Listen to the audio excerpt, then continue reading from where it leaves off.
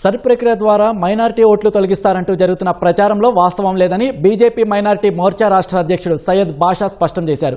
మృతుల ఓట్లు 2 చోట్ల నమోదైన వారి ఓట్లు మాత్రమే తొలగిస్తారని, న్యాయంగా ఉన్న ఒక్క ఓటు కూడా తీసే అవకాశమే లేదని స్పష్టం చేశారు.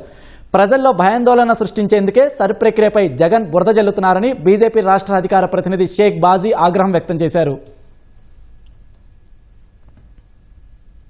భారతీయ జనతా పార్టీ బీజేపీలో అధికారంలో ఉంది కాబట్టి, ఎస్ఐఆర్ ప్రక్రియ ఈ టైంలో వచ్చింది కాబట్టి మైనార్టీ ఓట్లు తీసేస్తారన్న అపోహ భారతదేశం మొత్తం నడుస్తుంది. ఇది కాంగ్రెస్ గవర్నమెంటు 2002-2005 టైంలోనే స్టార్ట్ అయింది. మళ్ళీ 24 సంవత్సరాల తర్వాత మళ్ళీ స్టార్ట్ అయింది. ఈ ప్రక్రియ ఎప్పుడు జరిగేది.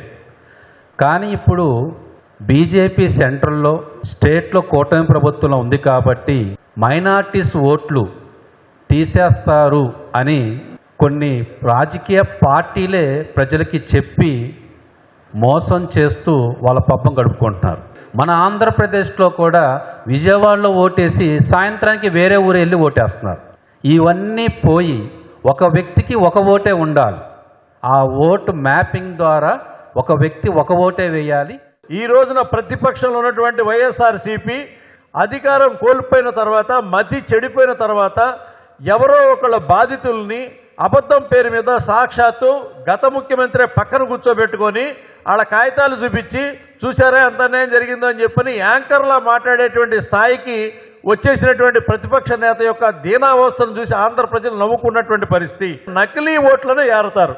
తీసేసే ఓట్లు ఎవరై ఉంటాయంటే చనిపోయిన వాళ్ళ ఓట్లను తీసేస్తారు. అనవసరమైనటువంటి అబద్ధపు ప్రచారాన్ని నమ్మవద్దు. ఎందుకంటే ఎన్నికల పారదర్శక పద్ధతిలో ఎన్నికల యొక్క ఓటర్ లిస్టు తయారు చేయడం జరుగుతుంది.